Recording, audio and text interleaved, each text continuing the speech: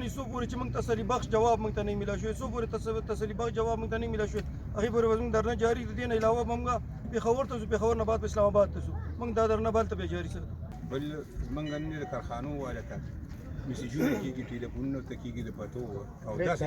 او ترېډ کارونه راځي او داسې مسلسل راځي چې د ورځې 3 ځله او 4 ځله راځي نو په دغې وجه باندې زموږ دا درنه ده او موږ باندې دا درنه جاري د هغه ټیمه پورې به زموږ درنه جاري چې کله نن موږ ته تحفظ نه راکړی موږ د یو اطمینان نه راکړی موږ سره لوز نه کړی چې یاره تاسو ته به بالکل امن وي یا مثال که سکون شوله یا چېرته د هغې ګشت به کېږي ستاسو په هغې باندې د شپې د 10 نه تر 4 بجو پورې د بیا ګشت به کېږي موږ به هله درنه دې به ته خورئ تاسو مخکې سرته حکامو ته خبره کړې چې وایي ټولو ته هم کړې ده بالکل په رایټ کې لیکل ورکړي دي لیکل هم ورکړي په رایټ چې موږ نه داسې دغه غوښتي کوم میسیجونه دي هغه مو ته ښودلي دي هغه د هغو څه ورسدي د کومې ادارې دي هغو ټولو ته هم دا رسولي دي هغه کاروبار چې زما او ستا بچی تللی دی څوک سعودي عرب ته تللی دی او څوک دوبۍ ته تللی دی په خپله ګرمۍ کې په دغه خولو باندې مزدوري کړې ده او هغه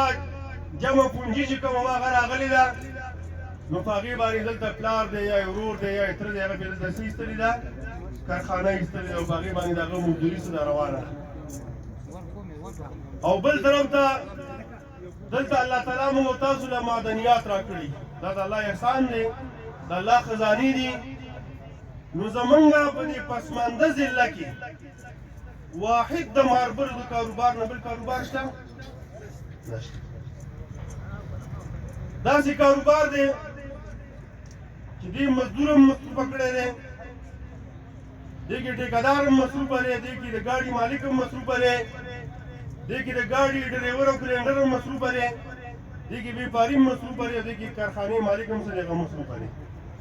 د دې ټولو د دامو چې اکثر یو کاروبار دی خو په دې کې ډېرو طبقو ته څه ملاویږي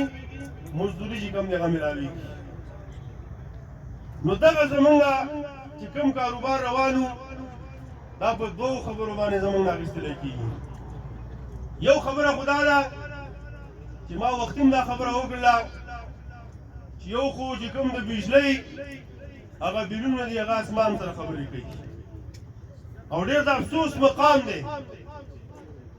د ټولو پښتنو دپاره او بیا بالخصوص د قبایلو د مومندو دپاره چې زمونږ په خاوره باندې 2 ډیمونه څه دي هغه جوړ دي دغه 2 ډیمونو باوجود نه موږ ته رایټ شته دی نه موږ ته په بیل کې چې کوم دی هغه څه دی څه کمی شته او نه موږ ته نور څه فنډ وغیره څه دی هغه راکولی کېږي خو خفه کېږو به نه په دغه کې زمونږ قصور هم شامل دی